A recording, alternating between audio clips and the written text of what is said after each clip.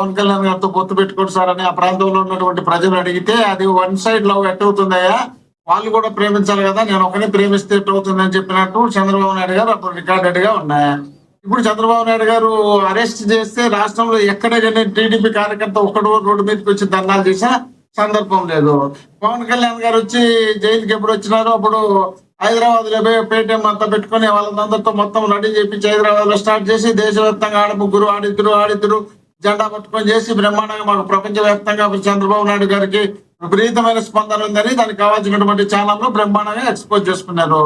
ఆ తర్వాత పవన్ కళ్యాణ్ గారు స్వయంగా చెప్పినారు, బీజేపీ వాళ్ళు చంద్రబాబు నాయుడు గారు వద్దన్నారు, చంద్రబాబు నాయుడు గారు అడ్రస్ మన దగ్గర వద్దు, మనమే కలిసి పనిచేద్దాం, కావాలంటే మనం పోటీ చేద్దామని చెప్పినారు.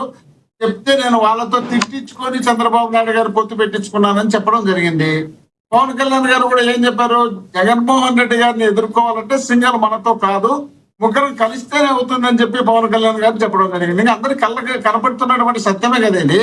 ఇలాంటి పరిస్థితుల్లో మనం ఇండైరెక్ట్ గానో డైరెక్ట్ గానో లోకేష్ గారిని ఎంకరేజ్ చేస్తున్నది కళ్ళకి కనపడవు, అందరికి కనపడుతున్నాయి కదా. ఇప్పుడు మొన్న పిఠాపురంలో ఉన్నటువంటి వర్మ గారు ఏం చెప్పారు, పవన్ కళ్యాణ్ గారు లోకేష్ గారిని డిప్యూటీ సీఎం గా చేయాలా, డిప్యూటీ సీఎం చేస్తే బాగుంటుందని ఆయన నోటితో చెప్తే ఆయన ఇండైరెక్ట్ గా తీసుకుపోయి ఈ రోజు కోట్లకు ఆధిపత్యం చేసే కార్యక్రమం చంద్రబాబు నాయుడు గారు చేసినారు. అంటే వాళ్ళకి ఏదో లోకేష్ గారిని ఎక్స్పోజ్ చేసుకుంటారు, విపరీతమైనటువంటి ప్రయత్నం చేస్తున్నారు.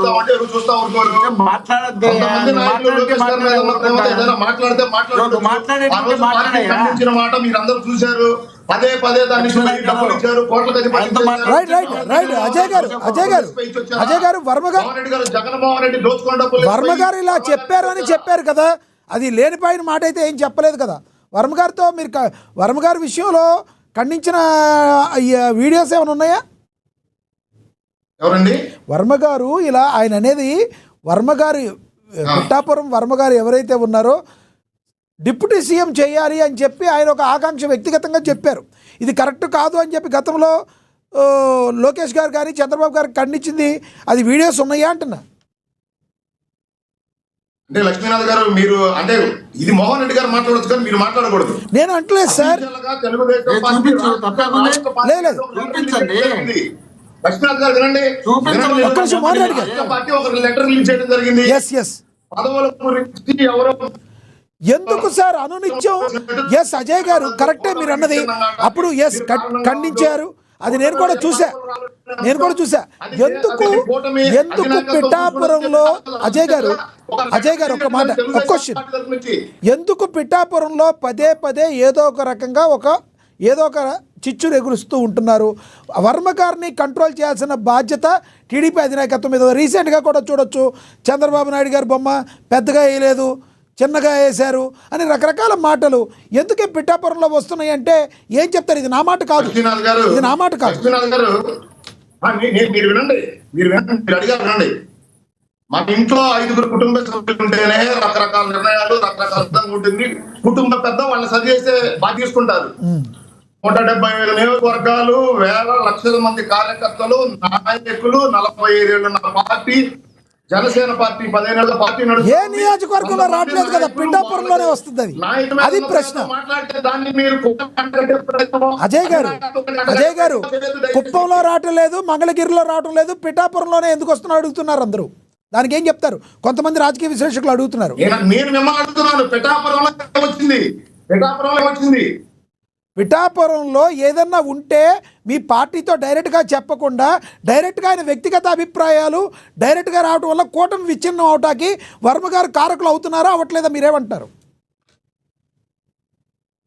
అది మీరు మీ ఊహాజనితమైన ప్రశ్నలకి మేము ఎక్కడ ఆన్సర్ చేస్తాము?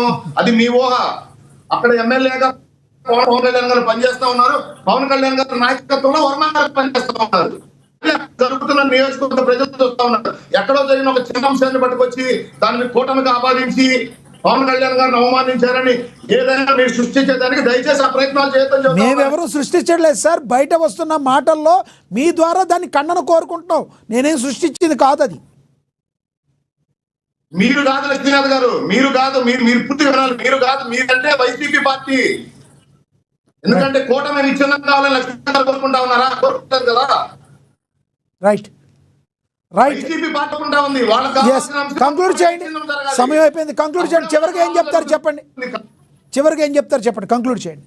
లక్ష్మీనాథ్ గారు 2019 అధికారం కోల్పోయిన తర్వాత తెలుగుదేశం పార్టీని నడిపించిన విధానం, పార్టీలో ఉన్న కార్యకర్తలకి నాయకులకి అండగా ఉండే విధానం, ఈ సమయం వల్ల ప్రాణాలు కోల్పోయినా ఏదన్నా ఇబ్బందులు జరిగినా కేసులు పెట్టినా జైలుకు వెళ్ళినా ఆ కార్యకర్తలకో ఆ కార్యకర్త కుటుంబ సభ్యులకో తెలుగుదేశం పార్టీ నారా చంద్రబాబు నాయుడు గారు ఏ విధంగా అండగా ఉన్నారు, నారా లోకేష్ గారు ఏ విధంగా వాళ్ళ ఇళ్లకు వెళ్ళి వాళ్ళకి ధైర్యం చెబుతూ వాళ్ళ భవిష్యత్తు నేను బాధ్యత తీసుకుంటానని చెప్పి ఆ రోజు ఏ విధంగా మాటిచ్చారు, అదే విధంగా లక్ష్మీనాథ్ గారు ఒక సభ్యత్వం కార్డుకి ఇన్సూరెన్స్ జోడించి కార్యకర్తకి భరోసా ఇచ్చిన నాయకుడు నారా లోకేష్ గారు. ఎస్ కాబట్టి ఈ రోజు కార్యకర్తల్ని ఏ విధంగా ఆయన కలుస్తా ఉన్నారు, కార్యకర్తల సమస్యలు ఏ విధంగా తెలుసుకుంటా ఉన్నారు, తెలుగుదేశం పార్టీ ఆఫీసులో ఆయన వారంలో ఎన్ని రోజులు ఆయన అందుబాటులో ఉంటా ఉన్నారు, కార్యకర్తలు వాళ్ళ అభిష్టం మేరకు ఆయన ఏ విధంగా పనిచేస్తా ఉన్నారు, రాబోయే రోజుల్లో ప్రజల్ని తెలుగుదేశం పార్టీ వైపు నడిపించే విధంగా నారా లోకేష్ గారు ఏ విధంగా పని చేయాలి, పని చేస్తారు అని నమ్మిన అధిష్టానం తీసుకున్న నిర్ణయం. రైట్ నేను కూడా పర్సనల్ గా నా వ్యక్తిగతంగా నేను కూడా కంగ్రాచులేషన్స్ చెప్తున్నాను. మీ నారా లోకేష్ గారికి ఇచ్చిన బాధ్యతలు అజయ్ గారు, ఎస్ మీ అభిప్రాయం అర్థమైంది. నేను కూడా నా వ్యక్తిగతంగా కంగ్రాచులేషన్స్ చెప్తున్నాను. ఏదైతే చంద్రబాబు గారు నారా లోకేష్ గారికి బాధ్యతలు ఇచ్చారో అవన్నీ కూడా సక్రమంగా నిర్వర్తించాలని, కూటమికి ఎటువంటి విఘాతం కలగకుండా పూర్తి స్థాయిలో అన్నదమ్ములుగా ఉన్న వీరు చివరి వరకు అదే విధంగా వెళ్ళాలని మేము కూడా ఆకాంక్షిస్తున్నాం. చెప్పండి. ఒక్క మాట లక్ష్మీనాథ్ గారు, పదే పదే ఎక్కడ అవకాశం వచ్చినా వేదికల పైన నా అన్న సమానులైన పవన్ కళ్యాణ్ అన్నారు, మా నాయకుడు సంబోధించడం జరుగుతుంది అన్నారు. రెండో అంశం, పవన్ కళ్యాణ్ గారు కూడా అదే విధంగా నారా లోకేష్ గారి పట్ల ఉన్నారు. రైట్. పెద్దల గౌరవనీయులు చంద్రబాబు. సో నేననేది ఏంటంటే వీళ్ళందరూ ఎలా ఉన్నారో కింద కార్యకర్తలు, కింద స్థాయి టీడీపీ కార్యకర్తలు, జనసేన కార్యకర్తలు అది తెలుసుకుని కూటమికి విచ్ఛిన్నం కాకుండా ఉండడానికి నాయకులు కావచ్చు, టీడీపీ నాయకులు కావచ్చు, వీళ్ళు ఉండాలని కోరుకోవాలి. లక్ష్మీనాథ్ గారు, రైట్. లక్ష్మీనాథ్ ఒక్క మాట, 50 లక్షల మంది ఇస్తా సంఖ్యలో జన సైనికులు రైట్ అజయ్ గారు, రైట్ దయచేసి ఈ రాష్ట్ర భవిష్యత్తు కోసం కలిసిన పార్టీలు ఇవి, కలిసిన పార్టీలు కాదు. రైట్ అజయ్ గారు, మీ అభిప్రాయం అర్థమైంది. సమయం అయిపోయింది. ఎస్ మోహన్ రెడ్డి గారు కంక్లూడ్ చేయండి. రెడ్డి గారు కంక్లూడ్ చేస్తారు నెక్స్ట్. అభివృద్ధి, రైట్ అజయ్ గారు, ఓకే ఉద్యోగ కల్పన, రైట్ అజయ్ గారు, కూటమి పనిచేస్తుంది. నారా చంద్రబాబు నాయుడు గారు ఈ రాష్ట్రానికి ముఖ్యమంత్రిగా ఉంటారు. ఏదైతే వైసీపీ నాయకులు కలలు కంటా ఉన్నారో కూటమి విచ్ఛిన్నం అవుతుంది, అంటే మా వికృత చేష్టలతో మన ప్రయత్నాలు చేస్తున్నారో వాటిని తుట్టునకలు చేస్తాం. అజయ్ గారు ఇక ఆపేయండి. ఎస్ మీ అభిప్రాయం అర్థమైంది సార్. ఎస్ చంద్రబాబు నాయుడు గారి నాయకత్వంలో ఈ ప్రభుత్వం నడుస్తుంది. తెలుగుదేశం పార్టీ యువ నాయకులు నారా లోకేష్ గారి నాయకత్వంలో నేషనల్ వర్కింగ్ ప్రెసిడెంట్ గా ఆయన ఆశయాలకు అనుగుణంగా చంద్రబాబు నాయుడు గారి ఆశీస్సులతో ఈ పార్టీ నడుపుతుంది తప్ప ఈ పదవికి ఎక్కడ ప్రభుత్వానికి సంబంధం లేదు. ఓకే రైట్ అజయ్ గారు, మీ అభిప్రాయం అర్థమైంది. మోహన్ రెడ్డి గారు కంక్లూడ్ చేయండి.